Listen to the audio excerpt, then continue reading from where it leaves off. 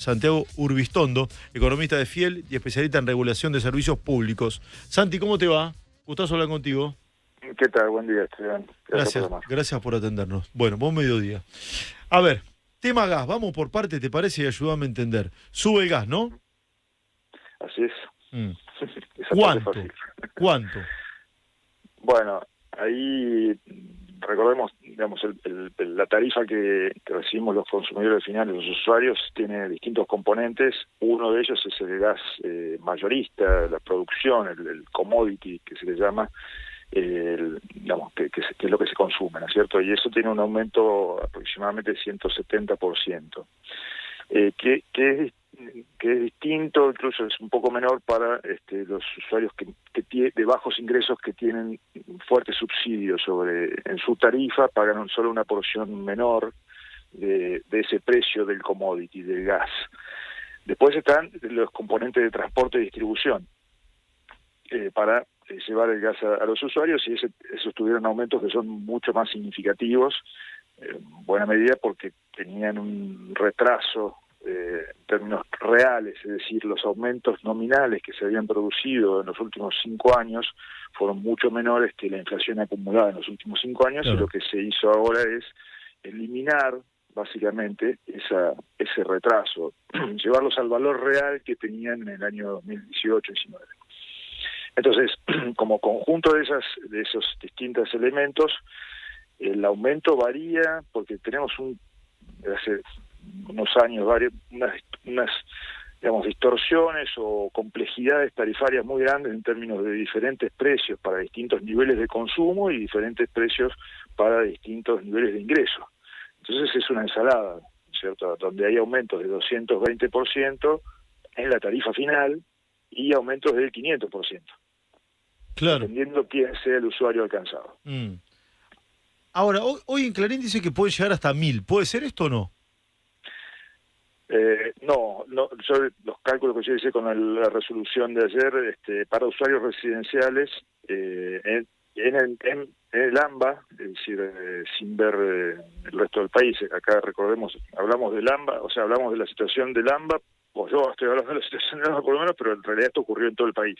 Lo que yo vi en detalle es lo del AMBA, cierto detalle, y no, los aumentos lo que hay aumentos del 1000% o más es en un componente, que es el cargo fijo. Ah, ok. O sea, una parte para no alarmar, sí. Entonces, son fuertes los aumentos, no hay duda, no hay ningún tipo de duda de esto, no expliquemos lo obvio, pero no van a llegar a 1000, digamos. No, por eso, hay un elemento que es realmente llamativo, el aumento, en particular, que es los cargos, o sea, lo que remunera.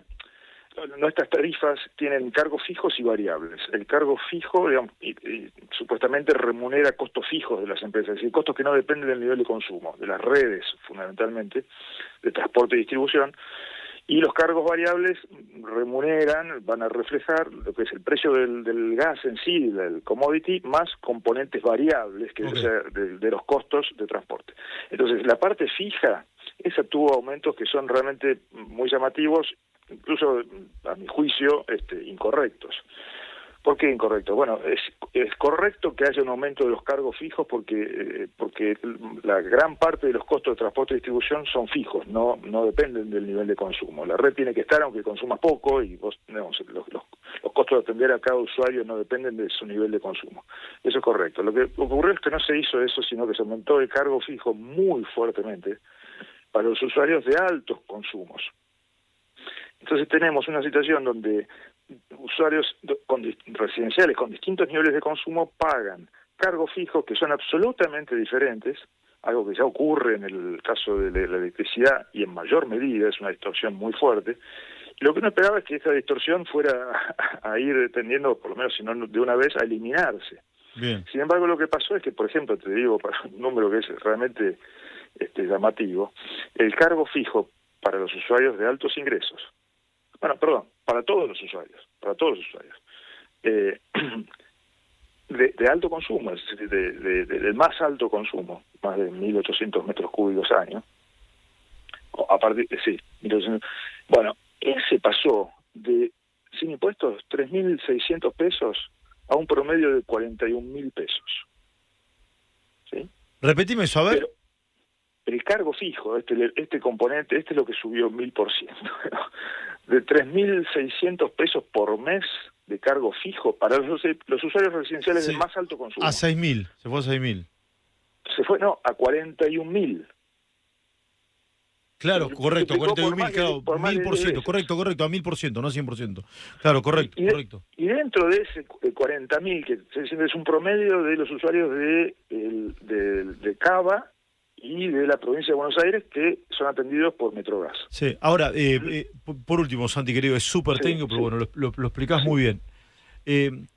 ¿Se requieren más aumentos o con esto ya estaría... ya estaríamos dentro de la lógica? Antes estaba regalado el gas, yo sé que duele decir esto, para mucha gente no lo puede pagar, pero es la realidad, y no nos podemos pelear con la realidad, ni con la verdad, estaba regalado. Con este aumento fuerte, ¿queda nivelado o todavía faltan más ajustes? Mirá, en términos que sería una foto de hoy, porque los costos van a seguir subiendo y las cosas van a seguir cambiando, y va a haber, digamos, adecuaciones que tienen que ver con eso, pero si nos paramos hoy, se eliminó lo que el retraso de transporte y distribución, y para los usuarios de altos ingresos que no reciben ningún subsidio sobre el precio del gas, está el tema finalizado. Si queremos hacerlo más benévolo, digamos, sí. Es suficiente. La respuesta sería afirmativa, que se terminó. Ahora, la realidad es que no ocurre eso por dos motivos, básicamente. Uno es porque, digamos, en las tarifas actuales hay muchos usuarios de bajos ingresos, e incluso de ingresos medios, que tienen una parte subsidiada del precio de gas. Y eso todavía, digamos, debe ser reemplazado, y va a ser reemplazado por un cambio que es sustancial, en el cual algunos van a tener subas y otros van a tener reducciones de tarifas por una nueva tarifa social. Okay. Entonces, y a la vez, lo que yo te estaba diciendo de estos cargos fijos, de estas cosas, nos hace pensar que en realidad, como no tienen una fuerte lógica de diseño, que puede haber nuevos cambios. O sea, esto es una transición hasta el año que viene, que se determinan nuevas tarifas. Ahí creo que las cosas pueden cambiar para algunos usuarios más y para otros menos. Bien. Pero discúlpame, última cosa. Dale. Sí va a aumentar en el invierno el precio del gas, porque es correcto que así sea, porque es más caro. Se consume el gas, que es importado en el margen, o sea que va a haber un precio estacional que es más alto del gas, lo cual incide en una menor medida, pero incide en la tarifa final, para que fuera del invierno, que es más barato el gas que se consume, entonces puede ser la tarifa más baja. Pero digamos, va a haber movimientos de tarifa, pero lo que es el retraso fuerte que había, eso en términos agregados, sí se eliminó. Santi, gustazo hablar contigo. Gracias por la explicación y por tu tiempo. Que tengas un lindo día. Gracias. A vos. Santiago Urbistondo, economista de Fiel, especialista en regulación de servicios públicos. No